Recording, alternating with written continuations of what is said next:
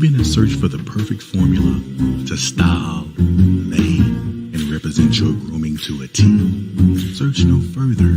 You need to head to the Black Gentleman Grooming Company, where we have everything in stock that will keep you covered from head to toe.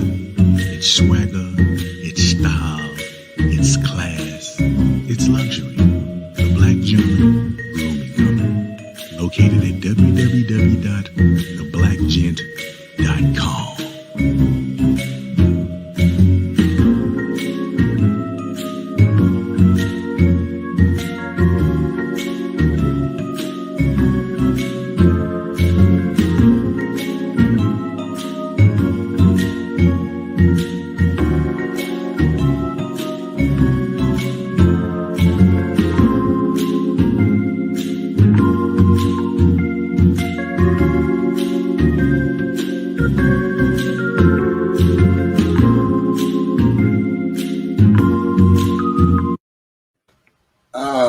What it do, Supreme Beast Boxing Talk. It's your boy Cadillac Bread.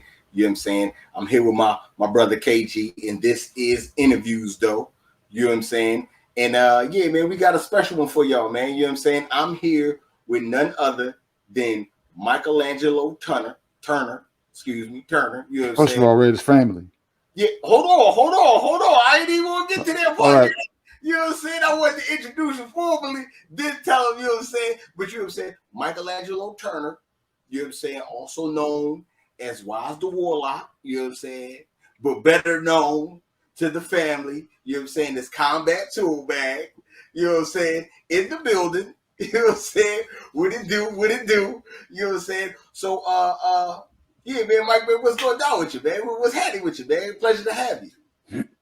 Yeah, man. I'm excited to be on with the family, man, and training hard. Been doing these 2 days, just getting ready for this fight coming up. How's everything with y'all? Shit, man. With me, man, I can't even complain, man. It's been good. I've been around the family all day today. You know what I'm saying? Enjoying them. You know what I'm saying? They've been trying to run me rampant. They've been trying, but. You know, I gotta pump the brakes. You know what I'm saying? KG, man, what's up with you, man? How you been, man? Shit, man, I've been running around, man. You know what I'm saying? I had one daughter, I had to go get a sports physical, you know what I'm saying? Because I forgot one physical is on one direction, the other isn't. You know what I'm saying? Meaning she's going into the 8th grade, so she has a natural school sports physical that she takes there. But she also has a high school that's grooming her right now. And they're anticipating her playing part of their season. So therefore, that's another physical. So, and that needed to be done before tomorrow. So I was like, shit.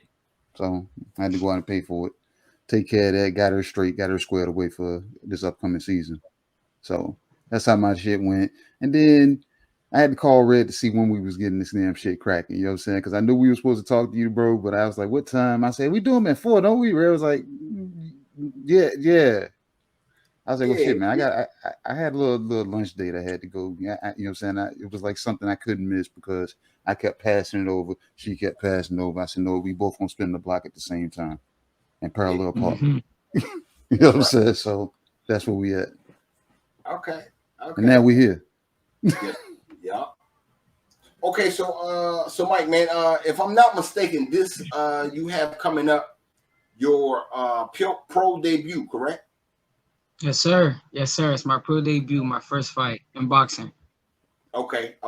So before we even go there, let's run it back, man. Tell us where you from. I'm from Pittsburgh, PA. The part of Pittsburgh is Homewood. That's downtown from Kelly.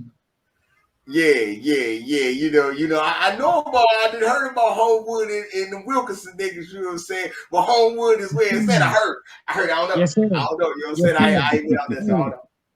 Hey, we get hella influence from y'all down in Louisiana. You feel me? Like actually, my I call my twin my little brother. He 1 year younger than me. He from Louisiana, like you and shit. Except he from Shreveport. I think that's like closer to Texas. Yeah. But yeah, like and Homewood, like we downtown. You know how y'all got uptown and downtown and shit. Like we downtown, we down bottom in Homewood, and we wine just like y'all wine. You feel me? Like me, Yeah. Okay. Bring me back, man. Tell me how was it growing up? You know what I'm saying, out there in growing up. Did that get you into the sport of boxing? Break that down to me. You could say that. I mean, my uncle, he really got us into like fight for real. Like my dad, he is a military man. He is straight laced. My mom, she was like a straight gangster. Like a little bit about her, she shot a cop. Like she was trapping heavy and shit like that. Like it's all on record, so it ain't nothing I'm leaking or nothing like that. But in Homewood, like the high school is Westinghouse, and before it got closed down, the middle school was Rasenstein. So in the streets, like back in the day, like we was fighting and all that, but I ain't really learned about boxing until for real, like late. Like, but my uncle got me into fighting because he just was bringing people in the neighborhood. You could even say similar to how Bud's mom was, except my uncle, he was bringing motherfuckers to the crib. You know what I'm saying? And we was getting it in the crib. So we was getting it smacking in the living room, and it was all like street fighting level stuff. My first like real sports background was like Greco room and wrestling, and that I was like 15 and 0, and then right before cities I got into a fight on the mat, so that was my 15 and 1. I got DQ'd. but none of that was boxing. Just to skip forward, just to give you my little introduction to boxing, was I was trapping. I was selling crack. I was living on the hill, and I was just watching little highlights. I was hearing about Adrian Broner, and Adrian Broner was my introduction to boxing. Hearing about him being Floyd's little brother and shit like that. And then I got locked up. Like, I wasn't locked up long. I was in there a couple days, and then I sat on probation for a little bit, like a little over a year and shit, but it was for a little gun case. But that's when I found boxing, and that's when I started boxing, and it was around 2017. Okay. So being into all the shit, you know what I'm saying, then you find a sport, and it's not the conventional way. Tell me about you know what I'm saying, the ups and downs of that. Did you find it tougher on you than the average, or was it something that you expected it to be because you were late into the game? Tell me about it. I don't want to sound like how you be saying, you know what I'm saying, sound like a whole out here. Like, I don't want to sound like that or not like that, but bro, like my best, like I only fought in my weight class, which is super flyweight, one time, and I was at Golden Gloves, PA state or regional, and I was runner up. I lost by like 2 points, but before that, like, and leading up into that, I fought in up to 7 different weight classes, just trying to get my foot in the door. So that's literally from 114 up to 148, 147. You feel me? And it was pretty tough. You feel me? Like, just, and then on top of that, just being so light up here in in Pennsylvania and east north, there ain't a whole lot of people my weight. So they're on some like, it's hard to book you, but we can have you spar all of these people. So I'm sparring motherfuckers who's, excuse my language, but I'm sparring people who like middleweight and sparring people who welterweight, and it was just like an accumulation of damage more so than accumulating experience. You feel me? So I started to gain a lot more experience from film studies and stepping back and just drilling everything and training as hard as I could on my own. But in the process, I was just booking fights myself, and sparring out all of the gyms that they had. So I would say it was tough because it was hard to get somebody to like back me or support me or have faith in me so that I could actually have a team that I'm fighting for, so it was pretty tough. I understand the wear and tear you saying you know what I'm saying, endure, doing those sparring sessions, but kind of like, and the amateurs there, but no weight classes. So you kind of Right, see you're still able to get different looks. You know what I'm saying? right. Got guys that may be more experienced than you, guys that know how to work the phone booth, guys that want to stay away. You know what I'm saying? So you still kind of getting it, but you're just not getting the exposure with it outside of whoever's in that gym. So yeah, so I know, you know what I'm saying, you really getting it from the mud at that point. So what kept you there gonna want to stay with it? Because like I said, that right there, that holds you. It does. And I would say like one of the things was like just the thrill of actually being in the ring. And like it's like being trapped in a cage. It's like once you're in there, it's life or death. Ain't nothing happening with like your life stops until you get out of that ring. And you gotta the fastest way of getting out is going through that man. So it's a testament of who got more hoe in them and who got more man in them. You feel me? And who could bring the bitch out faster. So It's like that I think kind of kept me going. And then seeing the fact that I am small, and just to kind of give a little insight, like knocking down like welterweights and stuff with body shots and shit, like that was like, okay, you know what I'm saying? I got a little something here. And then it seemed like, not to be on those super macho shit, but like when I look at people like Deontay Wilder, and when I look at people like Earl Spence, and I see the adversity they go through, the makings of a man, like there ain't no excuse. There just ain't no excuse. I've seen Adonis Stevenson come from being having a late start. I see Frank Martin with a late start, and we all, not you guys, but the casuals, if you will, would say B-Hop had a late start, though he had hundreds of amateur fights before the jail time, but coming into boxing late. And the people like Archie Moore, who, you know, boxed well into their late age, it was like that stuff kind of kept me going. I was like, people who fight for their people, people who stand on something. I think that kind of kept me going. Okay, you know what I'm saying? Wholeheartedly dig that statement right there. I could probably about to say I could fuck with that. You know what I'm saying? Yeah, man. Fuck with that. You know what I'm saying? Because can I add one more thing? I'm sorry. Can I add one more thing?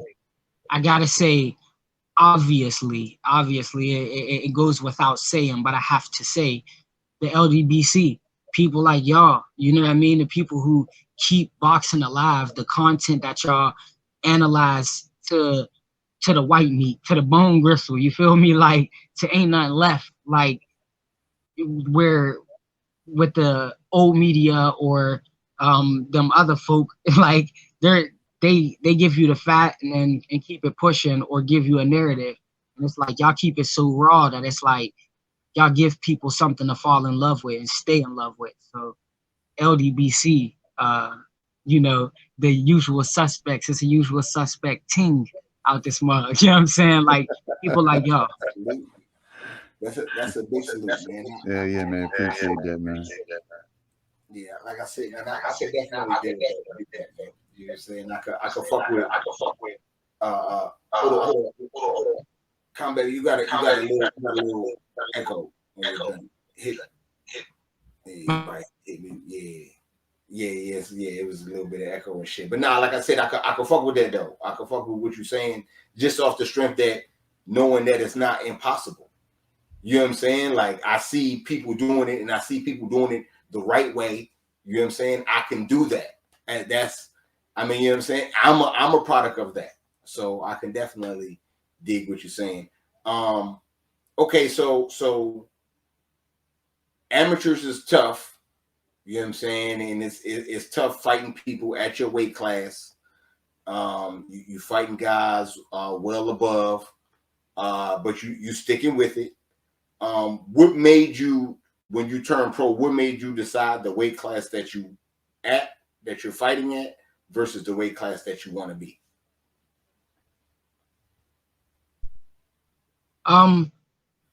The martial art, if you will. I could my natural weight also, because my actual walk around is about let's say mid 120s, and so I've had some success fighting people at 125, though I also give up some experience because some people have been doing it since they was kids, you know. But there's a little bit of an equalizer in that too, and some grit that comes with that. But I chose my weight because I feel like it gives me somewhat of an even playing field, because there I'm actually cutting some weight, and then I won't be swallowed by them having a crazy rehydration. So I'm not giving up too much of an advantage. It's somewhat even in the playing field. And so I think starting there will give me a better chance of learning on the job, and then also open the doors to move up. But I say the martial art because in MMA, it's no question, like, boxers are better strikers than MMA fighters, period. So, and I have some experience with that. So when I have my MMA pro debut as well, it'll most likely be at 125, because I don't think they have anything less than that. Their weight classes are separated by 10 pounds. So it'll be like that 115 to 125.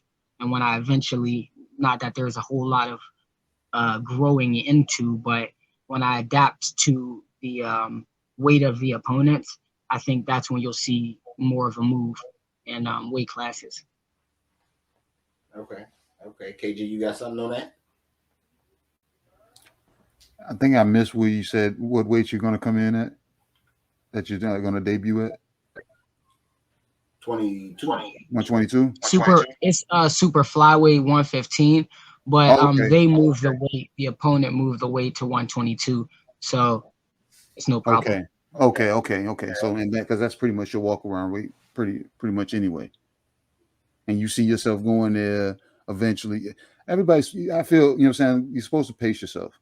I think you're supposed to get yourself down to the smallest weight that you're comfortable at, you know what I'm saying, so you can go ahead and start learning the ropes.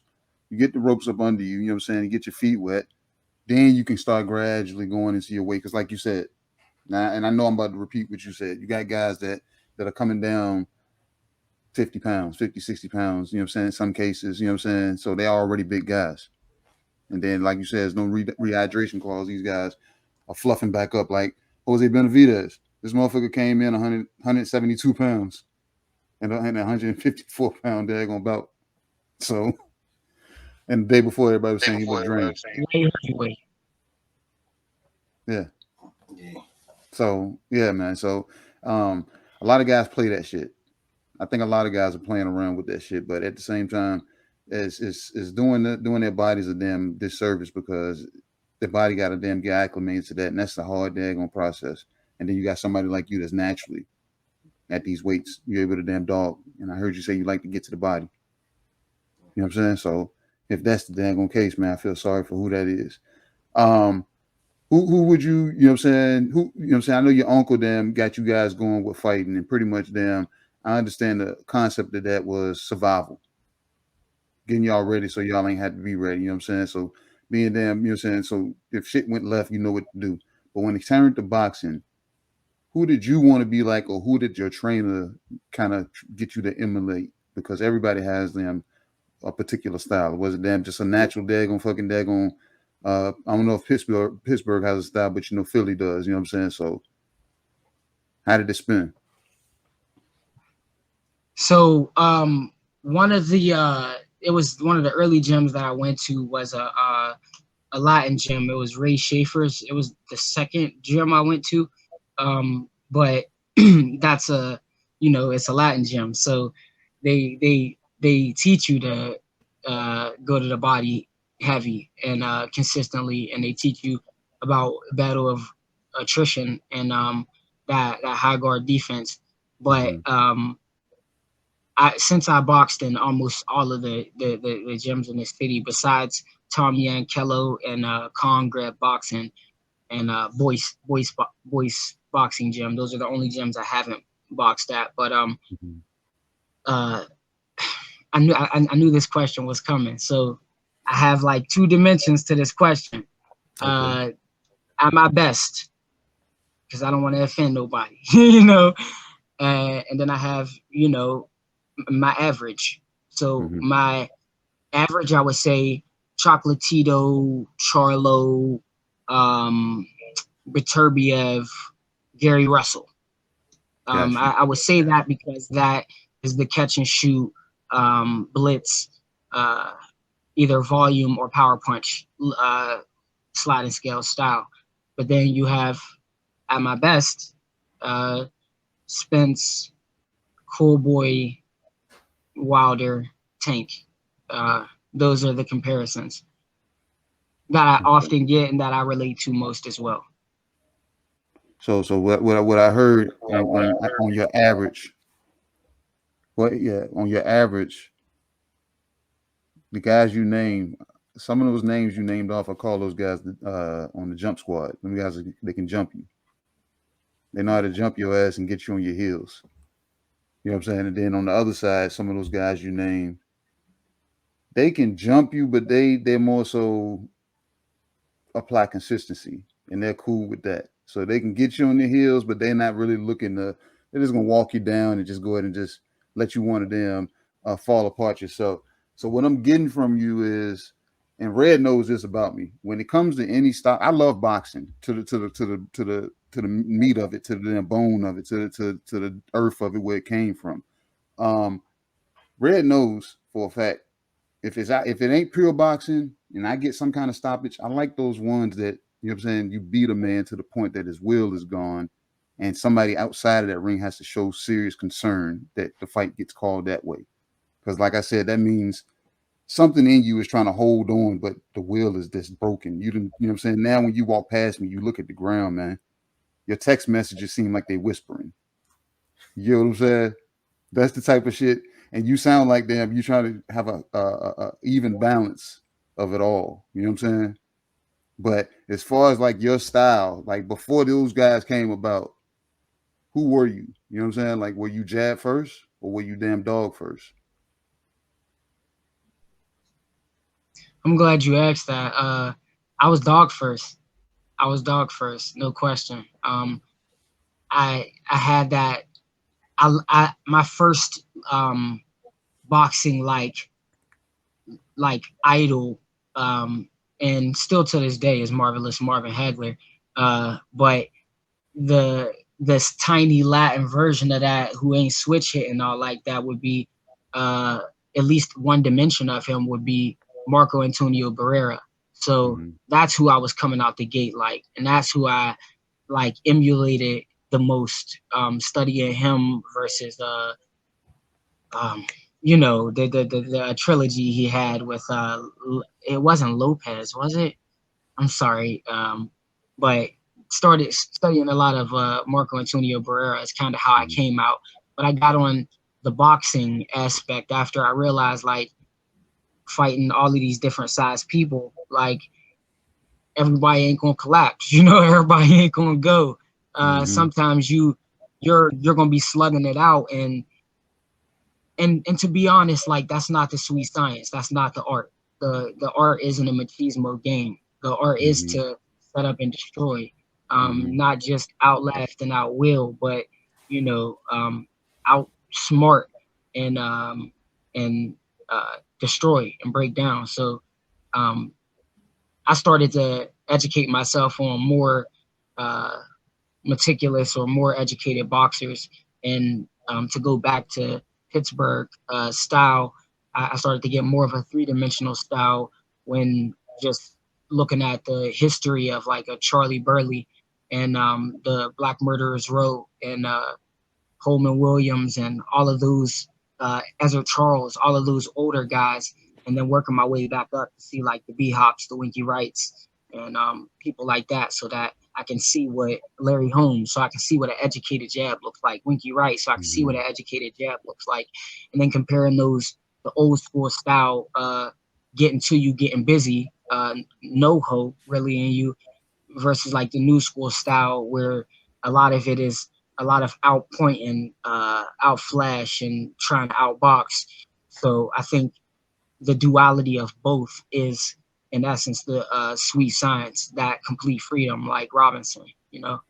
So do you believe it's styles make fights, or it's nah, motherfucker, my shit, I just know how to turn your shit off, regardless of what you brought into the ring, whatever you brought from the drawing board?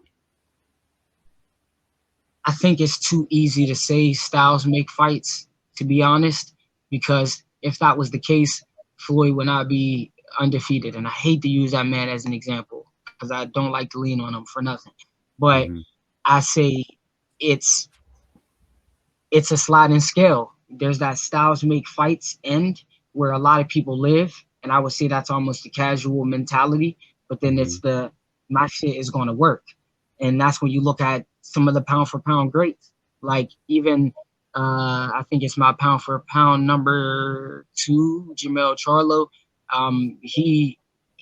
Someone found a way to solve his style to give him an L, but he found a way to adjust and give that person an L. So it isn't a styles make fights thing in that aspect. It was I'm gonna win. I'm going to stop you. I'm going to achieve my goal no matter what. So by any means necessary mentality, you know, a B-hop mentality. Okay. You know what I'm saying? So let me ask you this. So now you did your amateur thing. You starting getting ready to go pro. How did you connect with the OG Kano? How are things going? And what's the plan for the fight?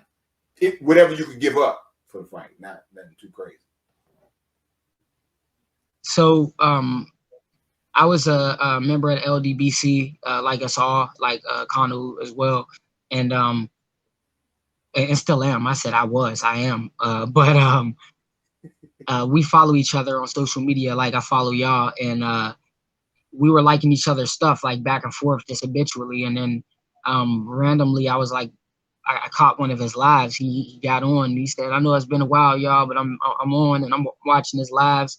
And I hear him say, you know, this is brought to you by J&M Management and DV Tracksuits, and I'm looking at the live he did about Abraham Nova in his loss, sending him a belt, and his posting fights, and even before that, his connections with the fighters. I'm like, he do more than just like KG. I been knew that he was coaching. You know what I'm saying? Like, I pay attention to what people is saying. I'm not just watching. So I peeped that his hand was in a few different pots, and I just reached out like, look, I'm at a crossroads where I'm kind of coaching, I'm kind of teaching, but I need to really give this a actual shot. Like I'm up there in age where it's either now or never. And he read my heart, you know. He called me, we talked like we knew each other for years, and long story short, he told me to hit somebody, and then he hit me back in the day, like what was the result. He already knew what the result was, and we had a fight day made like that, you know. And he said, because of my weight, the very thing that gave me a problem in PA is an advantage down where he is in Florida. They have fights for days for me down there. So that was like crazy, you know. So it went from just training and sharpening my tools to I'm in camp. Like, let's get it. You know what I'm saying? So yeah. And for as far as game plan, I wouldn't want to say much more than what KG was analyzing, like how when you look at the way I was analyzing those two styles, or even if you look at me in a nutshell as like a Winky mixed with a Marco Antonio Barrera, that does leave you, just like any opponent or champion, two options. You're either going to be a counter puncher, or you're going to be walking them down, brawling, trying to make some shit shake, or you're going to be pop shot and then intercepting in the middle. And I've been educating myself enough to do it all. So I'm with whatever, but I'm trying to crack some skulls. Red like to hear shit like that. Yeah. You know what I'm saying? Look, man, He got man. He was like he said some real sophisticated shit. Gave KG the sophisticated answer. You know what I'm saying? And then that did say, because I still a fuck a nigga up. You know what I'm saying? Yeah, all my shit. If he dies, he dies. You know what I'm saying? Yeah, damn.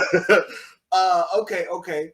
So I'm gonna be honest with you. You know what I'm saying? And I've seen this because I got a homie that fight at the lower weight classes. If you thought your road to become a pro was tough, your road as a pro will definitely be tougher, my nigga. You know what I'm saying? And you've done a great job to sticking to it and putting your best foot forward to get to this point. So no matter what, stick with it and put your best foot forward being a pro. And I tell you this because like I said, I have a guy that's one of my homies fight at a lightweight class, and he be stressing the fuck out about people either not wanting to fight him because he good, or like you say, it ain't a lot of niggas at the weight, or both of them combined. It ain't a lot of niggas down here, and all the niggas down here acting like they don't see me. You know what I'm saying? So be careful with those things, but definitely, like I say, stick with it. You've been putting your best foot forward. You know what I'm saying? And I believe, you know what I'm saying, things will jump off for you for shit show. You know what I'm saying? No doubt. Give me your plans as far as, you know what I'm saying, becoming a pro. How many times we almost halfway through the year? Do you plan on fighting 2 times this year? Just one time, and then early next year? What's your plans? Well, I'm glad this question was asked. Depending on how this goes, I would like my tempo to be at least 8 times a year. So if we can try to get me on track for that, I know I can't do it this year, but if I can get 5 more fights, that'll be good. And then start next year, try to do 8 or as many as I can get there. Because like EJ said, ain't nobody trying to be no 30-year-old prospect. You smell me? So so yeah, I'm trying to get my foot in the door. I'm trying to kick down some doors. So I'm trying to take on all comers. If I gotta dance between these weight classes to get my feet dirty, it's going to be just that. And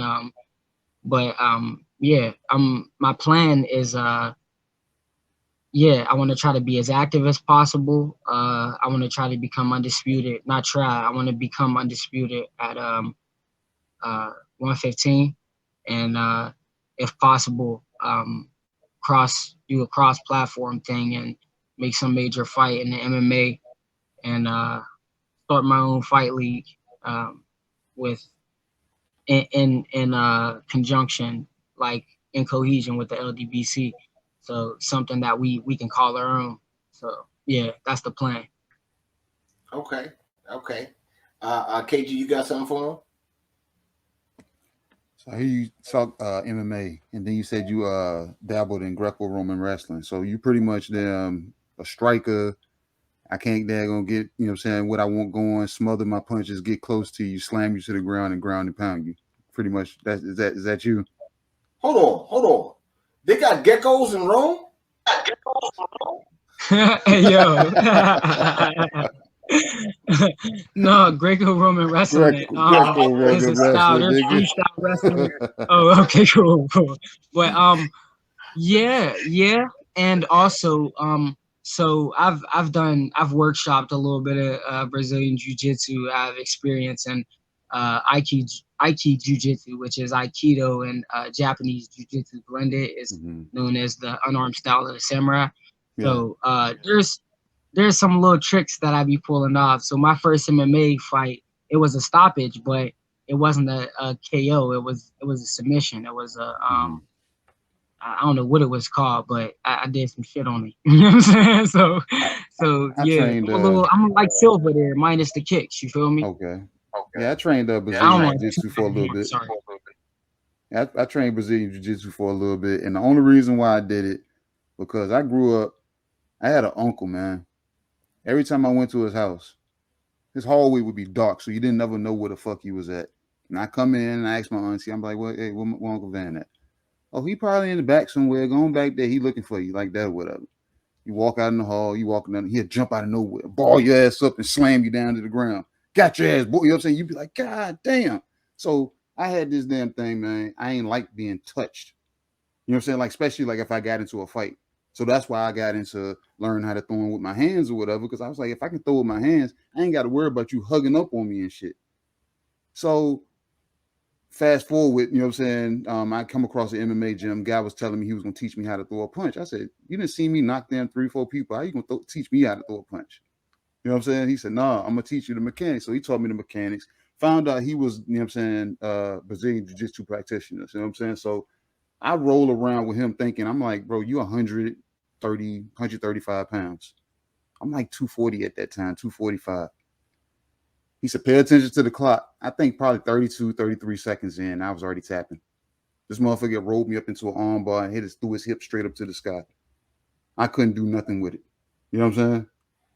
So I said, teach me. So from that point, I said, know what, if I ever get into any fight, because I know I can slam a motherfucker, but if I ever get into any skirmish where my back is on the ground, Brazilian Jiu-Jitsu will save me.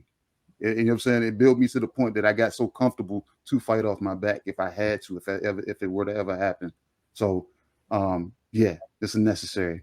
Reg, you might want to pick that up. You know what I'm saying? Look, man, I know how to wrestle. I know how to wrestle shit. You wrestle with me, you're going to come up, you're going to be looking like Swiss cheese. Make you look like a sandwich spread. I'm just saying. I'm just saying. I'd rather talk it out, man. You know what I'm saying? Okay. So when is the fight? When is the fight date? It's August 13th. So we got 2 weeks. Okay. And this is in Florida? Florida, or Orlando, Florida. It's on the Jason Velez card. I believe he's the main event, and Corey Marksman will be on there as well. Me and his dad follow each other on social media. He's a wonderful fighter. I believe he's out lightweight division. He's sharp. So definitely watch out for him as well. Okay. And have you been going back and forth to Florida, or you just been training in Pittsburgh and then you're gonna go down there for the fight and then make your way back? So I'll be down there on the 10th. I've been training up here. Training's been grueling up here, and then also with the altitude up here, they're closer to sea level. So we're at more of a training altitude up here. So when I get down there, I just gotta adjust to the humidity. But if you're not training in a hot gym, then I don't know where you're training or how you're training. So I'm not worried about no heat. Okay. KG, you got something else for him before we ride out? Yeah, I do.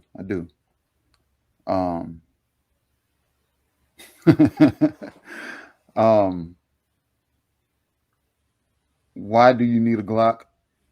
Because their magazines are universal. I'll give you that point, but every one of my handguns are Ruger. I'm a Ruger man.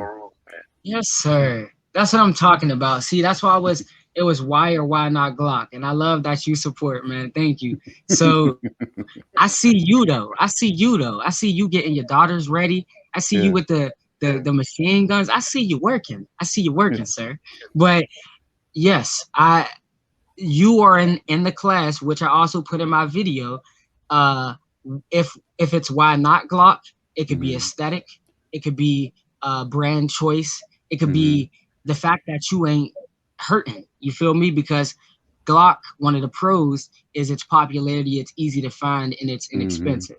So, but nah, you're right. Them, I would say their clips though, when it comes to extended clips, I mean, all of them other ones be kind of like, they be kind of weird. You feel me? But unless it's made by the company, a Ruger brand, I doubt it to be like them plastic see-through brands. You feel me? That don't eject right. So yeah, I love you. You got me with that. That was a good one. That was a good one. Well, yeah, I use a bow and arrow myself. You know what I'm saying? Dipped in poison darts. You know what I'm saying? I'm a bad motherfucker.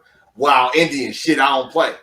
Man, Red be damn dipping his arrows in damn spoiled damn mumble sauce.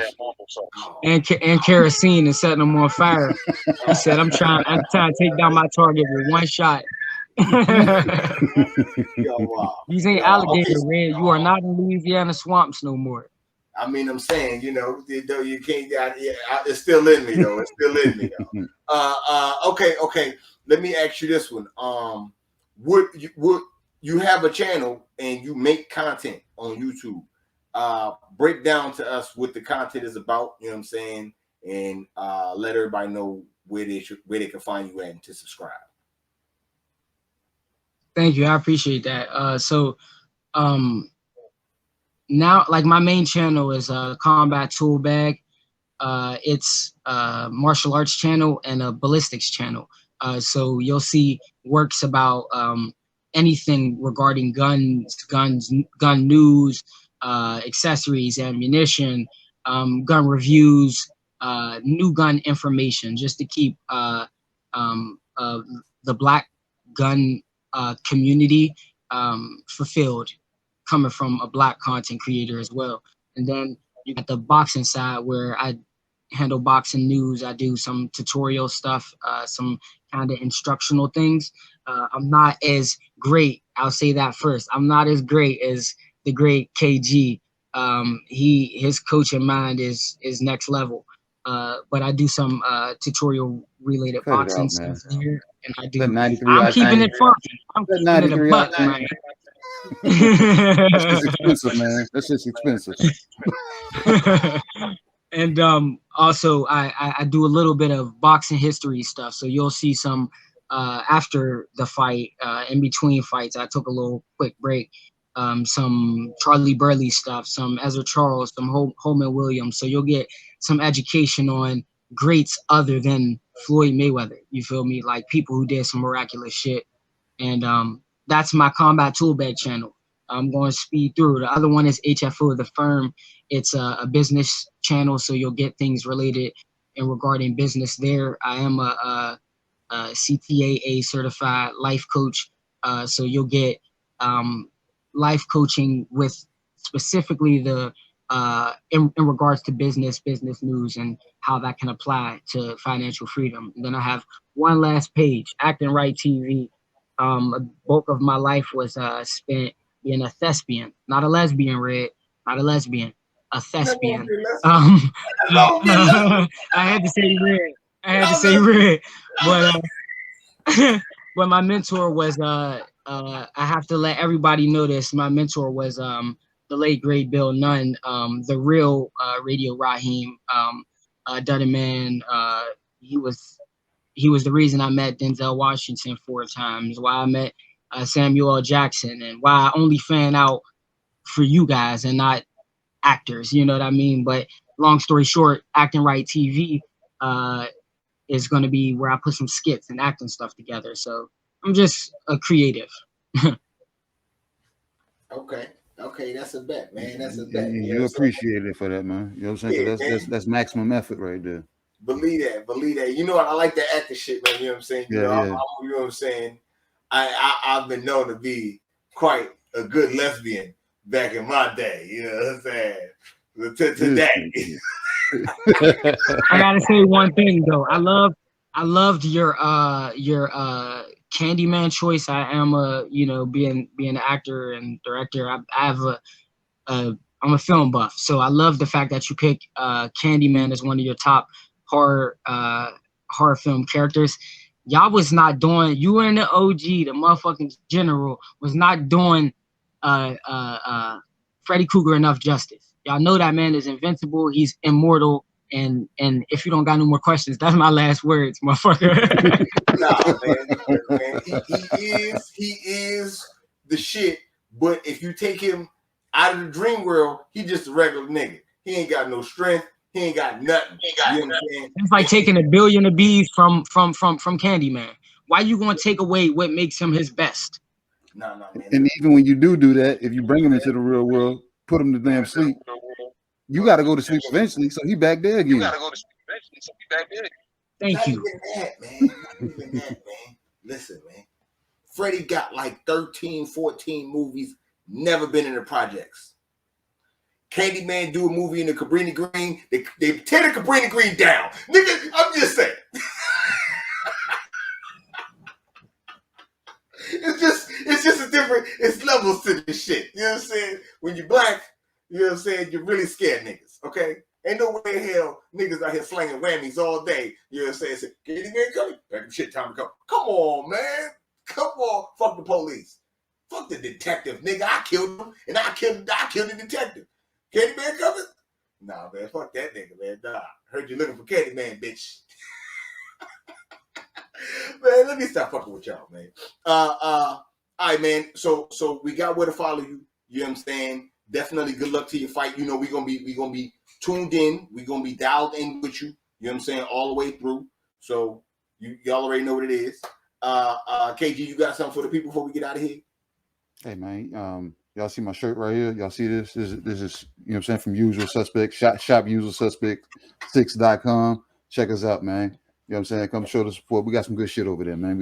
I'm over here in gray today. I got gray all the way down to my feet today. You know what I'm saying? So you already know how the dad gonna get there and get a hold of me in red. We be on the damn Beltway bullshitting. You know what I'm saying? Monday, Wednesdays, and Friday. You know what I'm saying? 4:15 Eastern Standard Time. We be over there, bitch, with the damn Usual Suspects. So you know I be over there, bitch.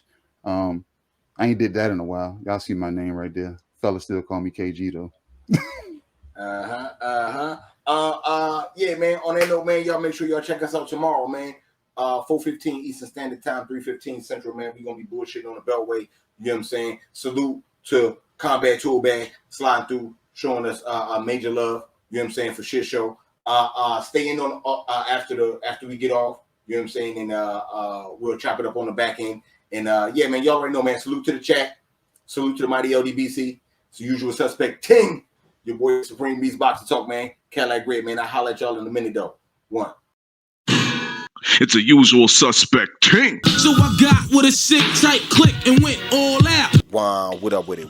It's your boy Cadillac Red. Make sure you go subscribe to Supreme Beast Boxing Talk. Mondays, Wednesdays, Fridays, 4:15 Eastern Standard Time. We bullshitting on the Beltway. And you know you might catch a battle rap recap or a Crescent City convo out your boy. You know what I'm saying? Talk to me, but don't talk to me spicy. Make sure you go subscribe to The War Report, The Eye Fella. You know he keep a live listening session, a weed review, or he might slide up on you with a wake and bake hot boxing topics.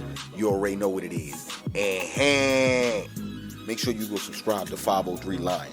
You know we stay on the hunt. Early morning, midday, late night. Shit, even on the weekends you gonna catch a fight pray party. Shit, what content? Who got content? 503 got that content. Make sure you subscribe to the homie Jab Jamboree, Act Reacher, Sundays, 5 p.m. Night Court will be in session. And he'll pop up on you with a hot boxing topic or a battle rap preview. Trust in Judge Galvatron. He'll never steer you wrong. Make sure you go subscribe to Stay Ready Boxing TV. If he ain't giving you ringside views, he giving you ringside interviews. You already know if you can't find him, Google him. You ain't got to get ready if you stay ready. Make sure you go subscribe to Supreme Beast Boxing Talk with KG. You already know he's going to have sparring sessions and them interviews, though, on deck. It's only one underscore, but we still call him KG, though.